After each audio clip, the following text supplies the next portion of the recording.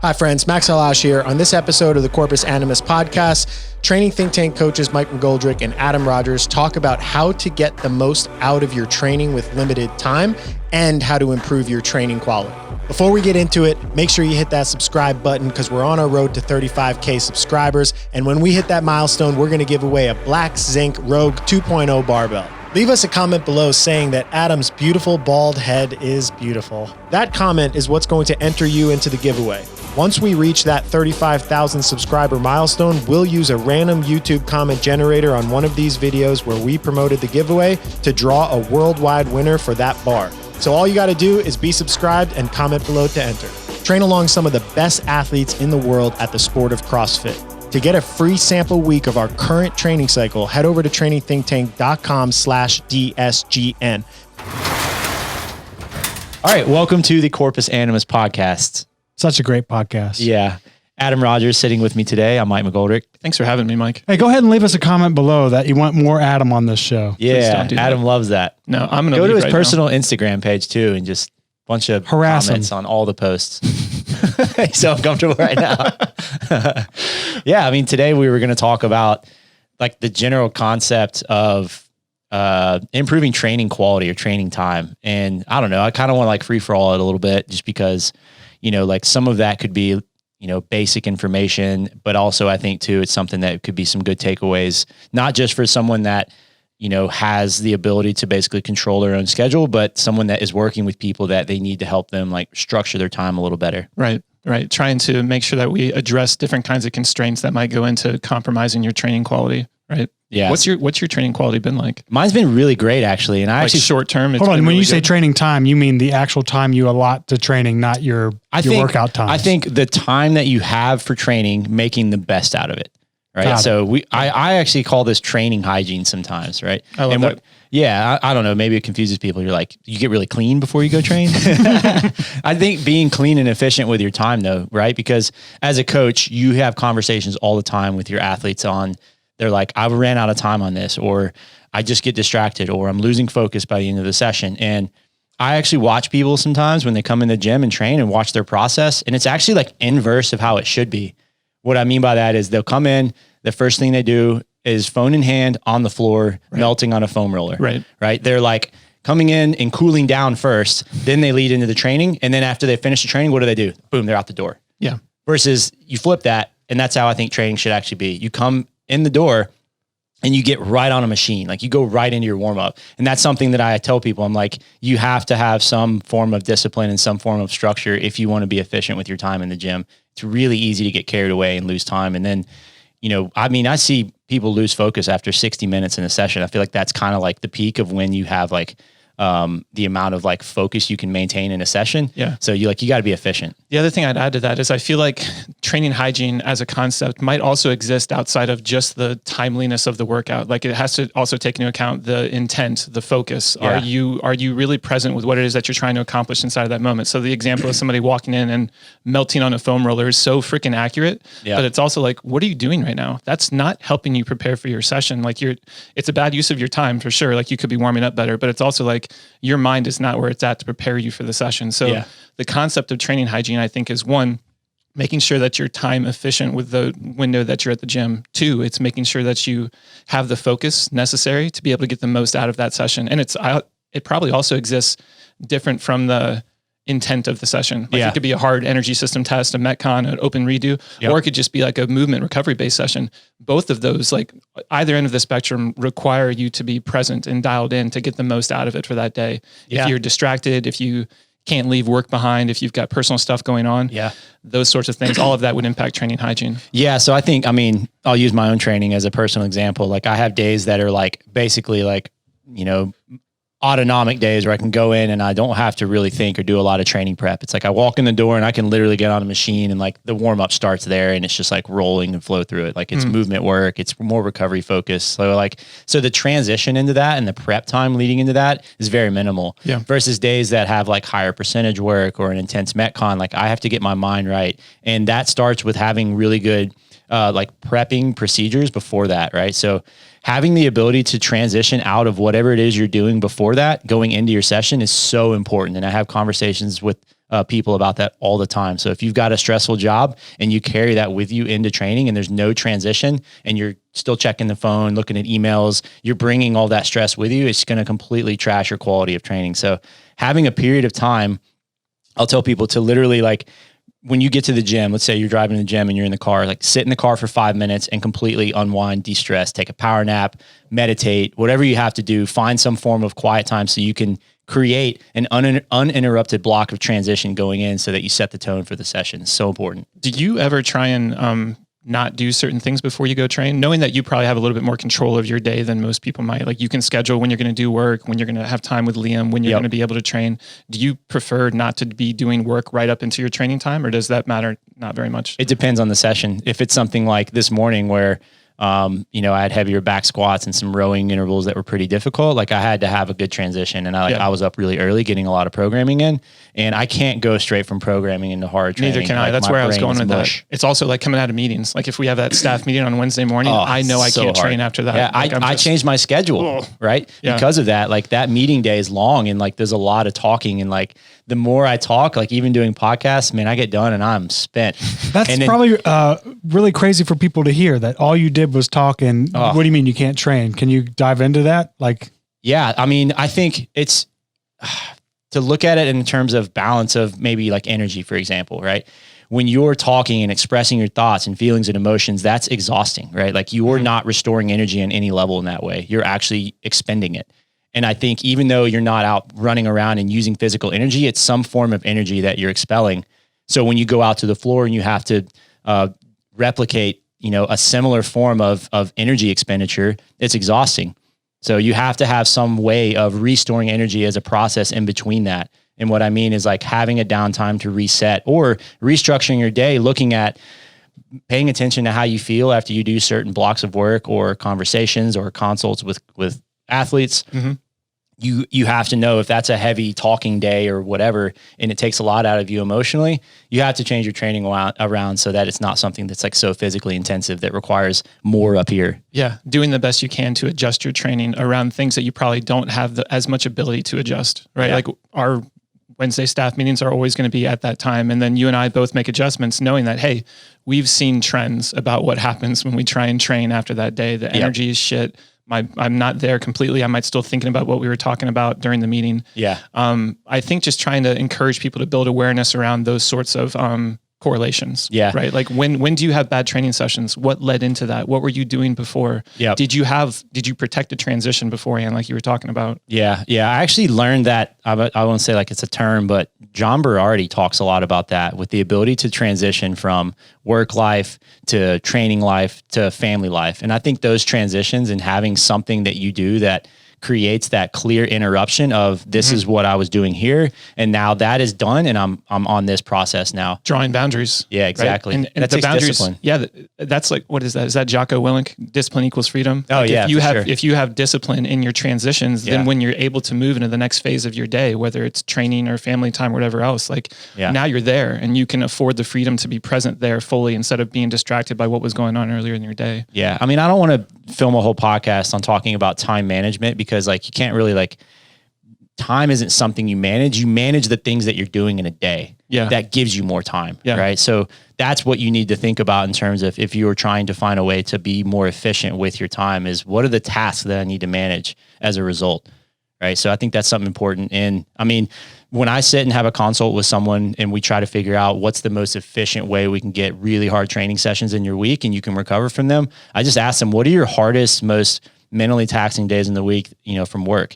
And I'm not just talking to coaches or people that have full control of their schedule. I'm talking to people that work 9 to 5s, that have family obligations, that really only have 60 to 90 minutes to dedicate to training. Yeah. So we got to make that count. Yeah. And most of the time they're like, Monday is rough. And I'm like, why do we as coaches always pick Monday as the hardest training day? I'm like, after a rest day. Yeah. In our head, it might make sense, but fit that into the context of that person's weekly schedule. Man, maybe that's really not the best place to put that. Yeah. I mean, you could get it all done that day, but what does it do for Tuesday, Wednesday? It leaves them dragging ass. Right. Right. So I switch that a lot. I make Monday something that's like super easy to go into, right? If you're already on so many tight schedules and you have so little time to go in and you're pretty much mentally drained at the end of it, I'm going to give you something that's 30, 45 minutes long that you don't have to think a lot to do to set up. You don't have to learn new movements. It's something that you go on, you just push play and you get it done. Yeah. Right. And I think that just helps them kind of like really meet the expectations that they might have for that day. Yeah. And so you as a coach, you try and do the best you can to set expectations on that intent. So like you have the conversation before, you try and get a feel for where might be the best place for each kind of training session. And then it's your job to say, hey, on this Monday, don't expect to be going too hard, but I want you to be present with some of this skill work that's at a lower intensity. Yeah. I think that the challenge might be for somebody who doesn't have a coach to set that expectation or set that context is trying to figure out, all right, if I have a day that's not a hard day, why do I have to be completely present inside of that moment, right? So there's still an intent that exists. And that's where I was talking about earlier, like training hygiene, I think is important for all kinds of training sessions, not just the hard ones. How would a person who is going into a lower intensity skill day try and set a better expectation or intent for that day to get the most out of that session? You mean, how can they actually do it and not become like bored or apathetic with it? Yeah. So like we're trying to find a balance between like, hey, we're not going to overstress you on this day, but we also want to get some value out of this day, right? Yeah. I mean, I think that every day needs to have some level of challenge. And I don't mean physical challenge. It doesn't have to be something that is wearing you down, but I think it needs to be something in there that challenges you mentally to be engaged, right? So that kind of goes in line with creating a flow state in training. And flow state in training doesn't always mean that it has to be so hard that like you're doing crazy hard intervals or anything like that. But I think that where you find yourself in a groove and your focus is drawn in enough that no outside distractions are pulling you away, right? If you find that you go into the gym and you're constantly still being distracted by things from life or work or whatever, then maybe the training itself isn't engaging you enough. And that just comes with you setting the tone before that session on what is my intent with this training session. Yeah. So if you're really transparent with the intent of the session, then you get that engagement factor and then you're gripped in. And then like when you're doing skill work or like you set up a place. So another aspect of flow states that people talk about is this idea of feedback, right? Like you want appropriate levels of challenge, but you also want feedback to be able to make changes as you go iteratively. So making sure that you're protecting places for yourself to be able to say like, all right, am I getting better at this portion of this movement on this day? Yeah. I think things like that can go a long way to making sure that you stay engaged inside of that session. Yeah. I mean, that progress, like micro progress is motivating. And I think if you have passion to achieve something and you don't have any structure with it, that passion will fade.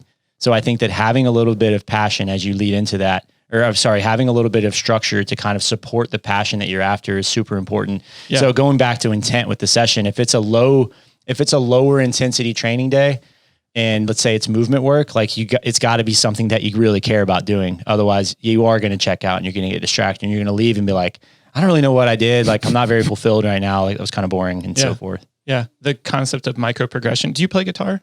No. Owen's I'm more of a percussionist. Something about the guitar. He plays the what's that thing you're playing? I learned the didgeridoo like half a year ago. Nice. Learned to play it. You just like to say the words. But it's a wind instrument, but it's more of a percussion instrument, right? Like you play like beats. Do you have a video we can put up on the screen of you playing it? I can send you one. Yeah, airdrop it to me real quick. Right now? Yeah. Pull it up. All right. I think the people need to see this. No. I don't want to do this because I don't want to. You're embarrassed? I'm not embarrassed. I'm not going to hold you up against who's the most famous didgeridoo guy. That's not what who's I'm worried the Jimi about. Hendrix of didgeridoo? Isn't it not Crocodile Dundee? This is my fun thing that I do every day as like my like self. Did you give up the harmonica? No, I still play it. So harmonica is what I do in the car. Good Lord. You're a man of so many skills. I love to learn. You play new harmonica things. in the car? He did Jurassic Park. It's no wonder you get into so many fender benders. What, is that dangerous? It's not. I'm not going to answer this question. If I'm at a stoplight and I pull it out and I play some Alanis Morissette real quick, that's dangerous? No, not. Adam, what were you about to say about guitar though? I don't know. Micro progress. Yeah, no. So Owen's learning how to play guitar, right? And he's super early on. He's like 5 guitar lessons in with this remote coach. And the first 4 or 5 of those are like just super frustrating for him because he's trying to learn where the frets are and where the strings are and how to make the different kinds of notes. And it's boring, monotonous, remedial, and you can't see progress yet. It's so frustrating because you don't think that you're getting better. And so each session it's like, I got to do all this again. I got to do all this again. I got to do it again and again and again. And so just recently, that was the last session. He has this drill where he goes like down the chords 4 each. And then he goes E, F, G, I think is the very end of it. And he got better at it. And he knew that he got better at it. And you could see his face light up. Yeah. And it's like, holy crap. Like that was the step. Like that was the tipping point. Now he's bought in. Now he's engaged. Now he he perceives the progress. Yeah. So I think that's. Oh, you want to put rocket fuel on that? Yes. Let's hear it. Wait till he's a couple ages older, and then a hot chick sees that he made progress on that scale. I thought you were going to say Uncle Chris was going to buy him a pedal or something. Oh no! Nice. I'll have to send a video later. I couldn't find one. Oh, come on. I didn't want to like dig through it, but anyway, yeah, I mean, I actually, the process of learning something completely new from scratch was really fun the last 6 months.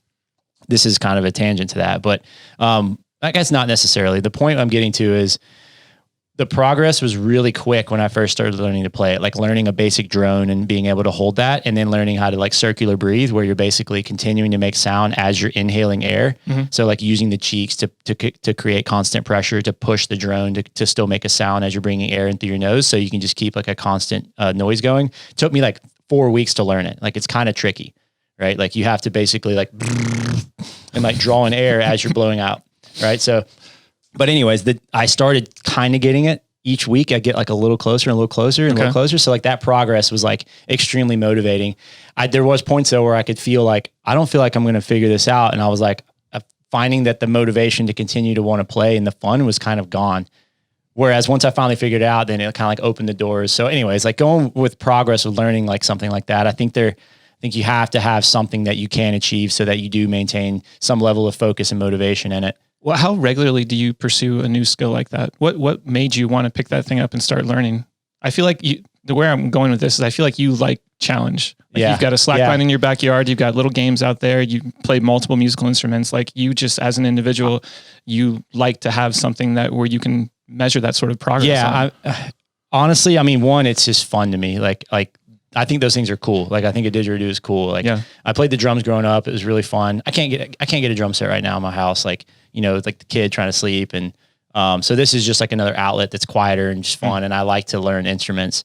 Like the slackline is fun because it's like, it fits the current lifestyle that I have to learn something and do it. It's like very low barrier to entry in terms of just getting outside and doing it. So like anything that I can find that I do is fun. Like I started learning German, which is a lot of fun just because anything like little things like that where I can use technology or things that fit into like my current lifestyle of time that I have that make it easy and simple to learn is what I'm trying to do. So it's not necessarily that I was like, you know, super fascinated with learning German, but I'm like, oh, instead of being on Instagram, I'd rather use this time that I naturally want to pull out my phone instead of trying to combat trying to combat like the constant necessity to pull out my phone and look at it. I want to fill that time that you get out of that. Yeah. Like I want to fill that time with doing something productive to me, in my opinion. Yeah. So like learning German on an app and the phone is really fun to me. And like at the end of the day, like you add up that time, I'm like, shit, I'm like semi borderline fluent in a language after 3 months. It's crazy how it adds up. 15 minutes a day, you know? Prove it. No. Say something. Come on. I've been trying to use my time to play chess online. I watched that Queen's Gambit and I got back into it. Chris and I used to play, but then he quit on me. So now the board's still under the table. The game is probably still on the board too, like the place that we left off. But I've been trying to get back into it. I watch YouTube videos. I take these lessons on this app on my phone and I play against people virtually online. Yeah. I don't think I've won a game in the last 2 weeks, and it's starting to hit that point where like if I don't see some sort of micro progress, I'm going to give up on it. Yep. But take that back and like let's map that back into training. Like there's things about you as an individual that seek out sort of like that iterative progress over time, and I don't think that that's a natural characteristic of a lot of people. Yeah.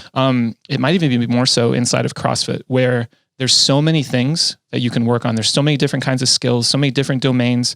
You're probably going to be able to find progress along one of those at any given time, but it might not be what your current focus is. And so it could be really easy to find yourself getting distracted or getting pulled to something else because this one might be more frustrating for you. Say that you have a client like that. It's like, I'm just tired of working on handstand walks. Yeah. I'm not making any progress. I'd rather spend this time working on my snatch. Yeah. How could we try and help them using some of these things that we might know about training hygiene, flow states inside of training? How can we try and bring them and get them back more engaged with something that we want them working on? Yeah. I mean, I think just constantly questioning why they want to do it. And I think having real conversations with them about it. And I'm like, look, I mean, your progress is being really, like you see that with a lot of skills, right? Like I want to strict muscle up. And I think a lot of that just comes with, you had the wrong expectation in the beginning. Like, you know, how far am I from getting this strict muscle up? Well, you're this far, but you think you're this far. Yeah. You know? So like that progress is still going, but you don't, it's either for you, it's an on off. Like I either got the strict muscle up or I didn't, but you don't see the steps along the way that are actually getting you there. That's kind of like maxed and blinded. So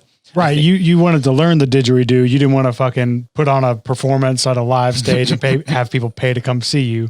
That wasn't your goal when you started. Yeah, for sure. I mean, but to some people, like you either like a strict muscle up, you either achieve it or you didn't. There's not like, I'm like learning the process of doing a strict muscle up. It's like, it's like I got it or I don't. So that can be very tricky if someone's really far from achieving that. And I think that just comes with what were their expectations in the beginning, and were you as a coach or themselves, were they sitting and did you actually like realistically find out how far you are from achieving it? Yeah. I think the other side that I'd like to go towards is making sure that the mini progress that they are making is still perceptible. Right. Yeah. Like it's still transparent, and because it can be hard. It can be like, hey, I'm watching you do that, and I see that you're closer to turning over. You're closer to getting your elbows up. You're closer to getting your wrists over the rings. Yeah. It's getting closer. It's not there yet. And like you said, it can be a binary comparison for them. Yeah. I either have it or I don't. And so trying to make sure like, hey, you are getting closer. Here's some other things like lower level drills where it's not just you trying it, but this is you doing strict negative eccentrics on a 5 count. You controlled that better. You controlled the reverse part of the turnover better. Yeah. I think making sure the drills are appropriate so you get the feedback necessary to show yourself the progress over time. Yeah. And I think be okay with taking breaks, right? Like if it gets to like you, like if you are year in and year out pursuing the same thing and you haven't achieved it yet, like that's going to burn you out. Like you're human. Like no one wants to work that hard towards something and not ever see progress. So I think putting in breaks temporarily where you just change the focus for a bit and then come back to it, it brings fresh perspective. That's just how learning is in general, right? Like, I mean, I used to be so bad about books, for example. I would be really bad about choosing a certain subject that I wanted to learn about, and I would just pound it into my head over and over and over. And eventually I'm like, I'm not gaining any interest in this, and I really don't feel like I'm learning that much more, but no, this is what I said I'm going to do, and I have to do it. Yeah. And I'm just like, holy shit. Like I'm at the point now where I cannot get through this book. And I used to be so against just putting the book down and, you know, no, this was my time block for learning about training education. And when I just started being okay with like, just let your interests kind of flow where they want to go. Yeah. And you'd be surprised when you pick up a different book or a different topic or subject, the different perspectives that it comes back to, right? It gives you a different outlook on the things you were originally trying to learn. Yeah. Yeah. That's interesting. So your training specifically, I mean, some of the challenges that you've had, I mean, Liam's one now, he just started, I call it daycare, you call it school. They're actually teaching him something there. Yeah. You were like, how is it not a daycare? I'm like, I don't really know. Like, they actually teach him something. He's one. That's amazing to learning. He gets nap time. So before he went, it was basically you and Brandy at the gym trying to juggle coaching, trying to juggle programming and work, and then Liam time, and then also training for both of you. Yeah. So talk about some of the challenges that you face in trying to preserve your training hygiene levels. Yeah. Is it quantifiable? Is it a level? Yeah, I think so. I mean, I look at it from stages, right? Again, I want to be able to give advice to someone that doesn't have the same luxuries that we have in terms of like our freedom of time. Right. Doesn't mean I have a lot of time. It just means I have control of the time of when I do things, right? Like we work a lot, right? Like straight up, we as coaches and, you know, with Training Think Tank, we program a lot, we work a lot, we do a lot of consults. There's not a lot of time in the day to dick around. We just have the ability to control when we do those things. So that's a perk for sure. Not everyone has that luxury. Anyways, my situation, the stage was basically like, all right, Liam is born. I'm going to go in hyper overdrive to prove to everyone that I'm not going to let my fitness fall. And I was doing training doubles, right? So I was getting up super early before he was awake, and I was in the garage hitting hard intervals. And then I was doing my work, and then I was helping with Liam. And then I would go back and do another session later. And then I would work until like 7 that night, 8 at night. And I just like, I got like really burnt out. How long did it last? Maybe like a month and a half. Yeah. You know, like I as much as I like went, this was like right at the start of the quarantine too, you know? So like, everything was just like hyper stressed. How early into that month did you know you were going to crash? Oh, probably 2 weeks. I was like, man, like I'm running on adrenaline, right? Like when you first have the kid, like you run on adrenaline because you're just so sleep deprived. So I think a lot of it was like that got me through the first couple of weeks, and I was just like, yeah, I'm in hyper mode. Like I can control everything, and you know, like still be He-Man. And you know, I just kind of crashed. Yeah. And then it took me a long time I was like, I just need to like completely get away from anything intense and just, you know, just take care of my body. And then like, I know for myself personally, when I don't have specific training goals or any pressure in training, it's really easy for me to just fall back and start to lose fitness and not take nutrition as serious and just have no accountability. Right. So I think that's okay from time to time, but you got to get out of that state eventually, you know? So like I got over it, you know, like several months later, like I didn't have much training goals. My body was feeling fine, but I was just losing fitness, and I'm still like doing throwdowns and not in good shape. And I was like, all right, I'm sick of this. Like I've been lazy. Now I need to kind of like get my shit together. We have more of a control now on like what to do with the child. And basically I hired Ryan. I was like, look, I trust you as a coach on site to basically cut through my bullshit. Nice. You know, like, I am really easy about being like, oh, you know, I'm a little overworked, I'm overstressed. Like I really should dial back. And it's like, if you make that decision for yourself every single time, you'll never get better. Yeah. You know, and like, I want to continue to kind of push my limits, but he is an outside perspective and gives me honest feedback on like, no, like you do need to put your head down and like structure your time so you can go in and hit this hard session versus like, no, you've done 3 hard sessions this week. These next 2 need to be easy. You know your patterns, you know your own rules that you have to follow. Yeah. Right? Just a little bit more of an objective perspective on you, on the decisions that you're making to make sure that you stay accountable to what your goals are. Yeah. Yeah. Yeah. I think that also applies not just to training, but also like you also now have a goal that exists outside of yourself. You guys are just starting up the TTT on-site team. You've got aspirations for the competitive season.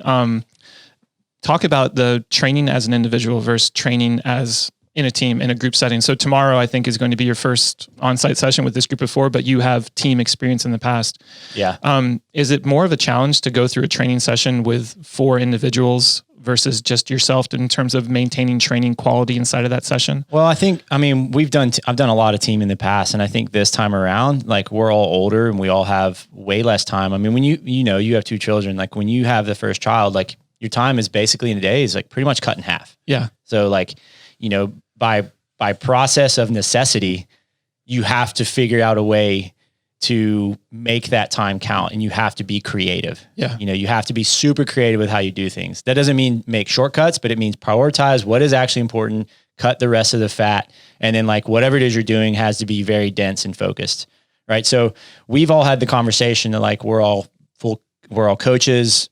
3 of the 4 athletes on the team have children and families, and we basically are limited on how much time we can put in, you know, training with each other each week. But I think that expectation now is set, and that's going to make things better. Like, yeah, in terms you guys are all aware of the challenges that Yeah. you face on a daily basis and what you need to get out of your training time to make sure that it's staying efficient. Yeah. Training as a group with partners though, can it be more easy to be distracted? It could. I mean, to argue with each other and then lose the time that you're supposed to be getting. Yeah, I mean, that's why we consult with you guys, and we have other coaches on site that are like, we need y'all to write our sessions for us so that we don't have the ability to make any decisions when we go out on the floor. Yeah. To train that day, because like we got to start a clock, we got to get done in 45 to 60 minutes, and it needs to count because that's the one day a week we're working together. The rest is kind of our own individual or partnered up through the week. Yeah. So that's one strategy. That goes back to what we were talking about with. I think expectations, and that's on the more intense end of the training sessions that you're doing. Because originally we had talked about going into a session that is intended to kind of be like more recovery based. So you don't have to put a lot of thought into it beforehand. One thing I learned with training, especially like after having a child, is the expectations are everything for that session that you have, right? So if you are following a group program, for example, we've got a ton of members that listen to this, that are in the design, and this is advice I want to give them in terms of basically making a program that's not individually written for you be more helpful to you, is that the expectation you set for what you think you're going to get done in that session is everything. Yeah. You have to be realistic with the priorities that you know you need to hit and the actual time that you have. So if you know you have 90 minutes and you know that generally back squat sets take you 30 minutes, warm up, running through them, following the rest, you have to be realistic with knowing I only have an hour left. Like, what's the most important things left that I can get done? And if your expectation is actually set a little bit lower and you go in seeing, you know, A, B, C, D, E, F, G, but you're like, my expectation is to really just get through A, B, C. Anything you get done after that, you feel like you did extra and it's bonus and you feel amazing. But if you go into every session expecting from yourself, I'm going to go A through G, and every session you're missing a couple of items, right? Like that expectation throws you off and it ruins the session. I'm going to guess that you used to be that way, where you'd see those long ones and then it would get in your head that like, I didn't do it all. So that was a big thing I learned when we had Liam, was I would still write these long sessions for myself. And I would be like, I know I can get it in, you know, I'm going to like cram, I'm going to get it in real quick. And I would force it, and I would go into the gym and like, bless his heart, like he would wake up 10 minutes early and I'm like, the whole session's ruined. You know, like I couldn't get it all in. And it's like, I'm like, dude, you got to cut the expectations back. You have 60 minutes of shit planned, expect to get 20 minutes of it in.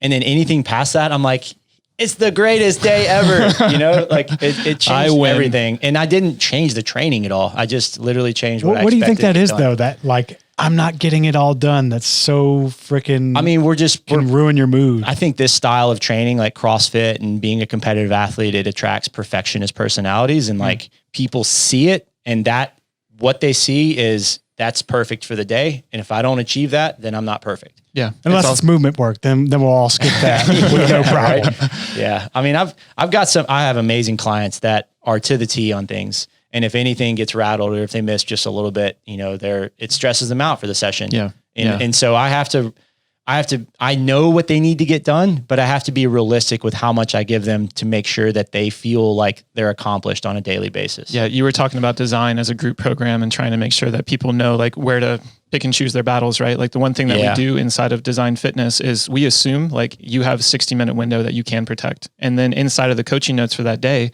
I write down, hey, this is your squat-based warm-up. This is a suggestion. Be done with this by the 10-minute mark on a running clock.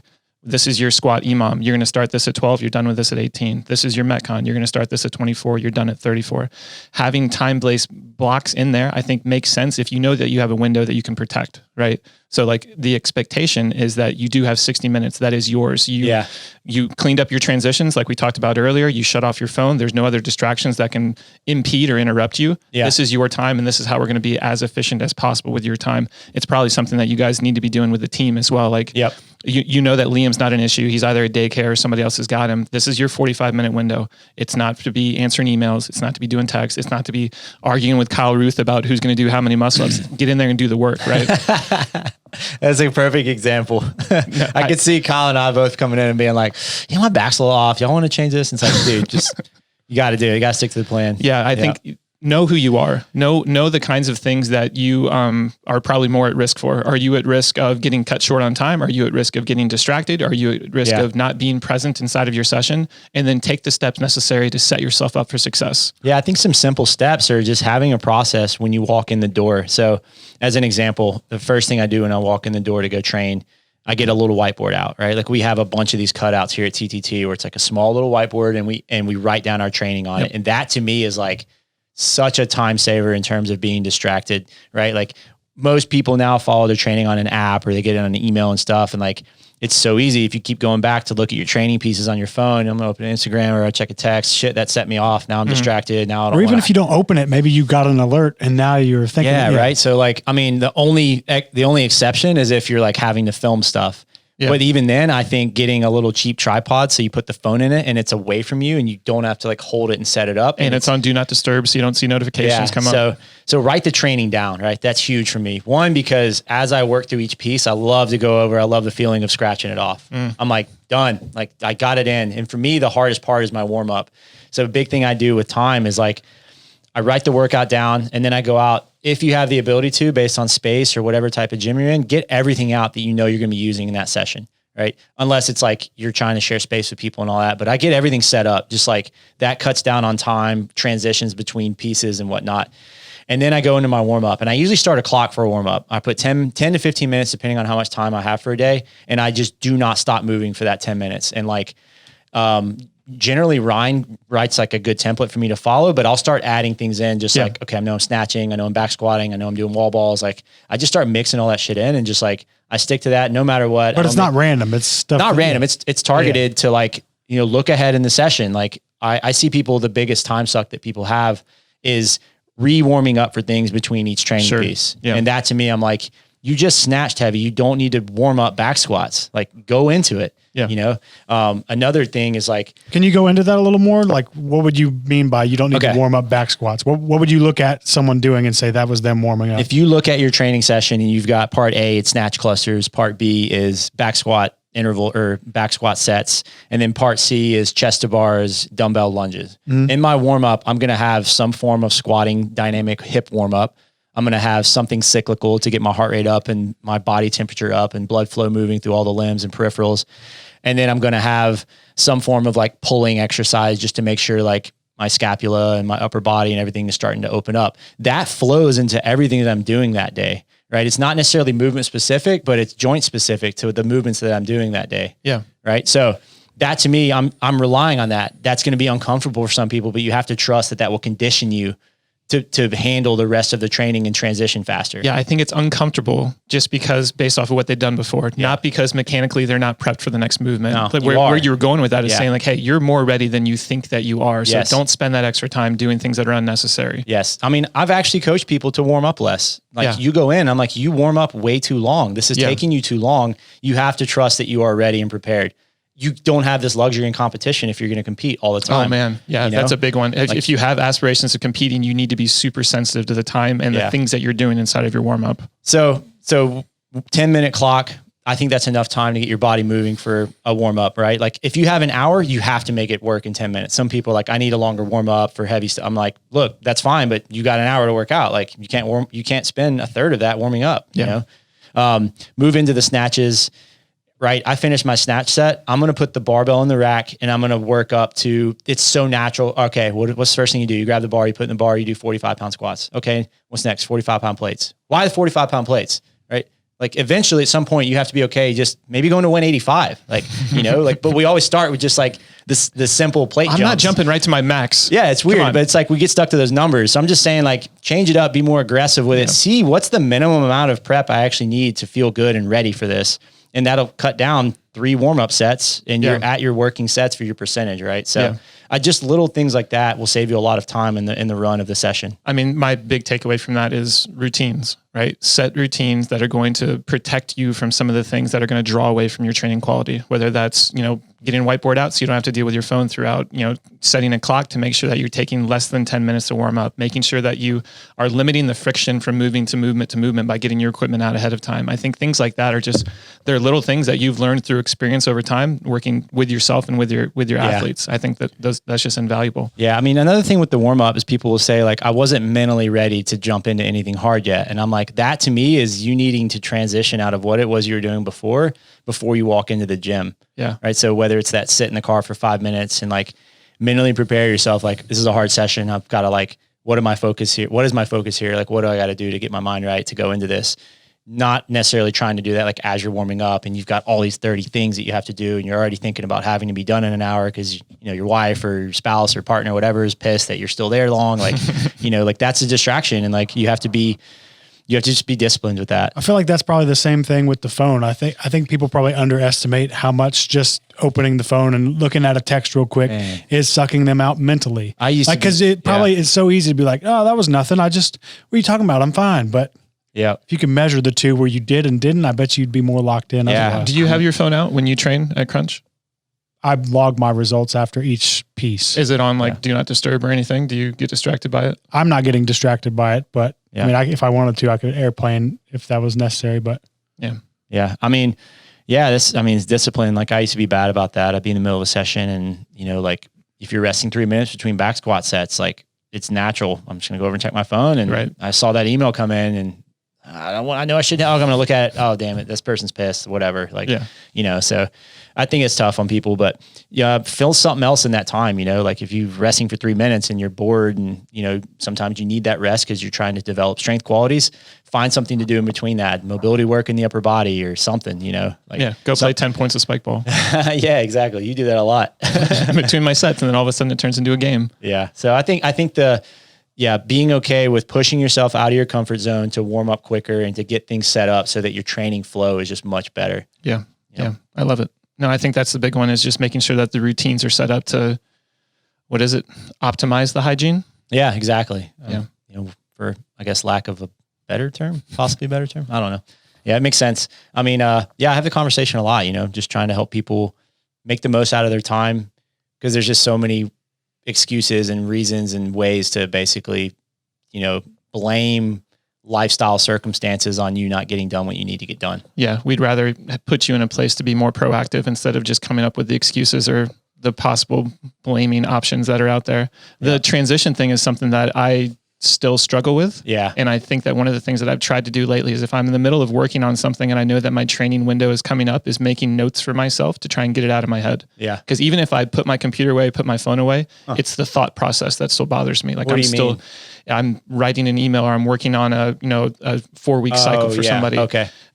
That thought is hard to get out of my head. So it's not just physical for me. It's kind of brain dumping before. The notification isn't the text message on my phone. It's my thought inside of my head being like, oh, you should do this in week 3 of that progression. That would be great. It's like, no, don't think about that right now. You should be thinking about what you're doing.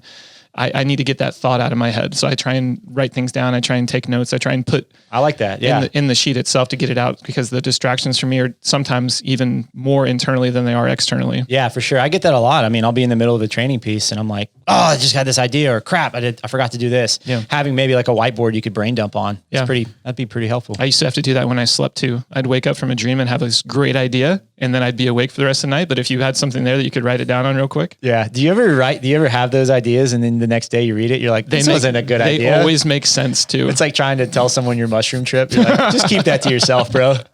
No, that's not interesting. Why are you telling me this? Terrible.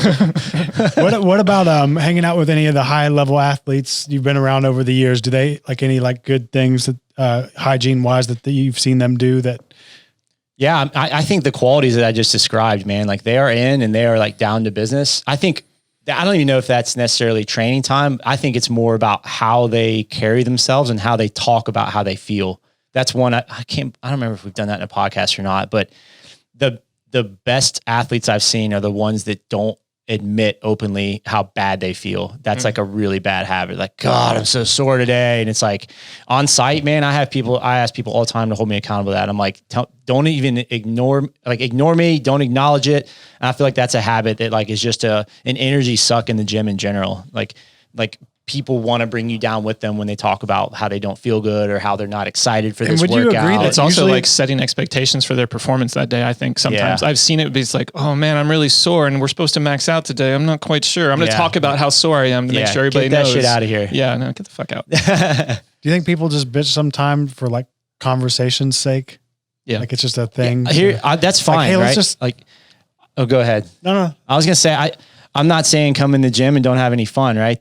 The gym is most people listening to this, they do this because they love it and it's fun. And, I'm going to guess that a large majority of people watching this don't make money doing this. There's the aspect of shared suffering that is valuable to them. That's part of what brings them coming back. So I just say, save all that for the end of the session. Get your work done first, and then you can have foam roll hour where you sit and you talk and socialize and whatever. Yeah. Right. Like, I just think like, it's just a distraction you don't know, like some people aren't, they're not going to tell you like you're distracting me in training. They're probably going to pull the old headphone move where they're like, like in the middle of a set, but it's like the headphones to me are like the do not disturb button. Like if you see someone wearing headphones, or if you want someone to leave you alone, put on the headphones.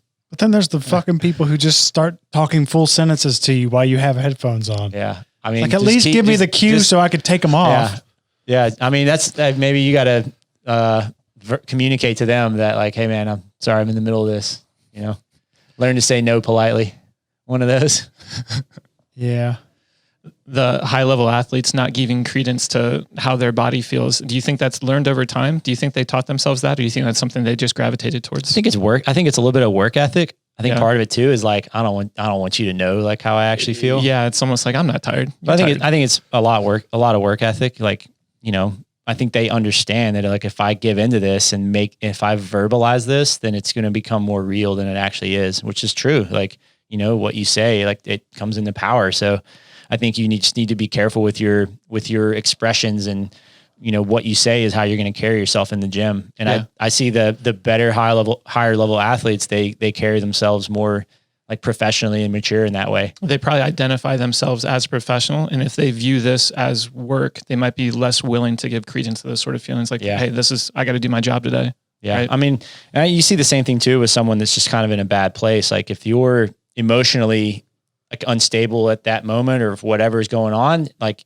maybe you shouldn't be at the gym where you're just kind of like being negative around everyone. Yeah. I don't even know if that has anything to do with training time. It's kind of a different topic, but it's more like, dude, don't bring that in here. Why don't you go home and just like rest and like get out of here with that? Like, they might be hoping to find a fix from somewhere else. Yeah. Like, don't rely on everyone around you to like lift you up all the time for that. I think you gotta handle that yourself sometimes because people are in here trying to get some stuff done. Nice. Well, nice. That's perfect way to end it. Fucking awesome. Y'all have anything else? No. Man, no, that was cool. All right. So we got Mike coaching in the design. Yep. What week are we on now? Week 2? Well, when will this come out? Oh man, who knows? Yeah. I mean, as we're filming this, we're in the middle of week 2 right now. So I think this is a good conversation that I want to share with a lot of people in the design. Cause like, look, some of the training that we're providing people is like to make you better than the average, CrossFitter. Like we want you to excel and be very good in the sport. So that's going to take some growing pains and like, it's going to take some restructuring and like you getting out of your comfort zone with how you prepare for sessions. Like you need to look at all the training beforehand. You need to watch all the videos to make sure you understand everything so that when you go in, you write it down, you get your warm up in on a structured time clock and you know exactly how to flow through the workout and you can be efficient with it and have the correct expectation set so that you walk away feeling successful 5 days in a week when doing these workouts. Yeah. Your progress over time is a combination of the programming, which you guys do an amazing job with, and their approach to the programming to get the most out of it. And so we need to make sure that they are still taking the responsibility to do these sorts of things right, to improve their training hygiene, to get the most out of the programming. I feel like sometimes people sign up for a program or they sign up for a coach, assuming that that's going to be the fix. Like now, like the responsibility is not on me anymore. And that's kind of where we're going to go back with this is say like, hey, this is part of the solution. The other big part of the solution is on you to do the things necessary to improve your training quality and efficiency. For sure. And then, I mean, there's the other side of it for someone that wants to lower the expectations of things they need to get done in a session. Like Design Fitness, I feel like is amazing for that, right? Like you have a shorter time window set for training. Like you have days that are considered lower intensity where if you're emotionally stressed or, cognitively, wasted basically. Yeah.